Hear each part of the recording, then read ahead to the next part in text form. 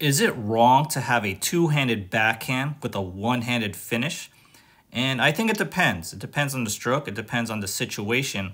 I do think in most cases that your two-handed backhand should have a two-handed finish. So here's my two-handed backhand approach shot. And as I do this approach here, I do have this two-handed finish on this shot because I really want to drive this ball. But in some cases, a one-handed finish is warranted. It's totally fine. And there are some cases, specific situations and shots where a one-handed finish on your two-handed backhand may result in a better stroke for you. And so let's explore those situations. When exactly is a one-handed finish on a two-handed backhand okay to do? So let's take a look at this point here. I'm the one serving, Andrew's the one returning, and when I serve here, Andrew goes with this return and it goes deep and it's a delayed approach, right? He's trying to approach to the center. And I hit this backhand passing shot here for the winner, Crosscourt.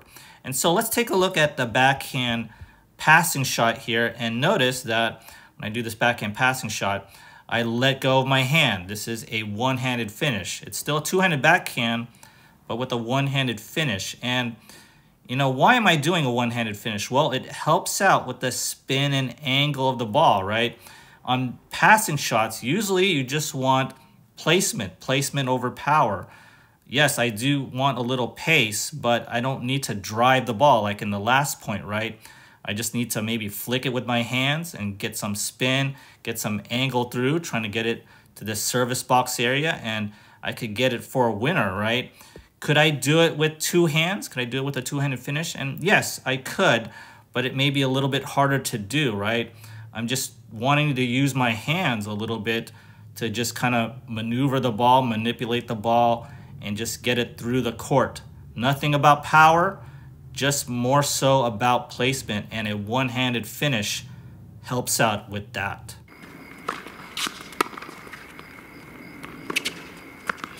In this point here, Silas is the one serving. I'm the one returning here.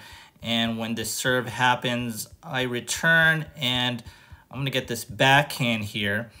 And here I'm, just trying to hit it cross court. I really want to pull Silas out here. And so what I did here is kind of looped it up. And again, I let go of my one hand here. I'm trying to top spin the ball, right? And really trying to loop it up there. And it does very well, and I got Silas to the corner here, trying to open up the court.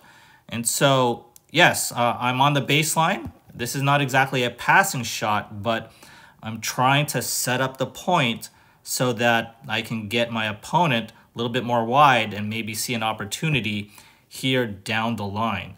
And so a one-handed finish works out very well here as well. And so here's another backhand passing shot opportunity that's slightly different, right? So here I am about to hit this forehand and Priyam's at the far end. And when I hit this ball, it goes short. And now Priyam has this forehand approach opportunity. He's in the attack here. And now I have this backhand passing shot opportunity. And I go down the line here with a one-handed finish. And it goes straight through the court.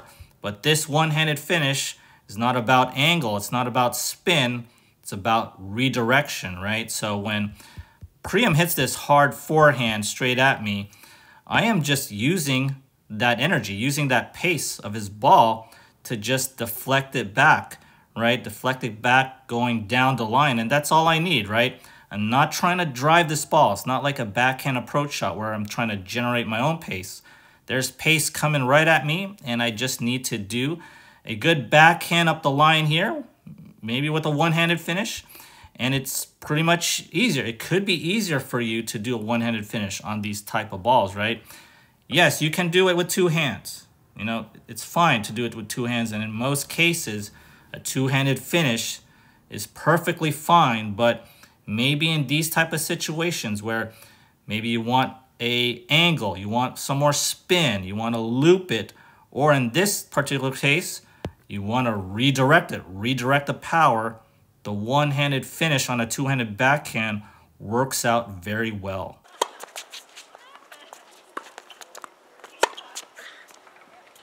So the one-handed finish on a two-handed backhand is perfectly fine, and it just depends on the situation.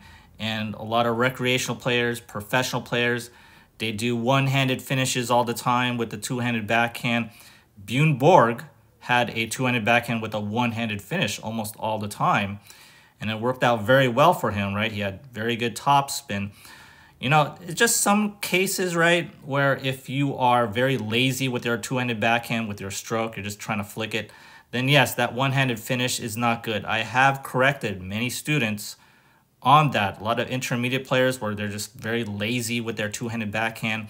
They go with this one-handed finish. Yes, those are things where you have to correct and really complete that follow-through. But in these type of situations, right, you're doing a backhand passing shot here, just trying to flick it, you're trying to loop it, trying to redirect it, that one-handed finish may be the better shot for you on that two-handed backhand side of yours. If you enjoyed this video, kindly do me a favor and hit that like and subscribe button. As always, thanks for watching, and I'll see you next time.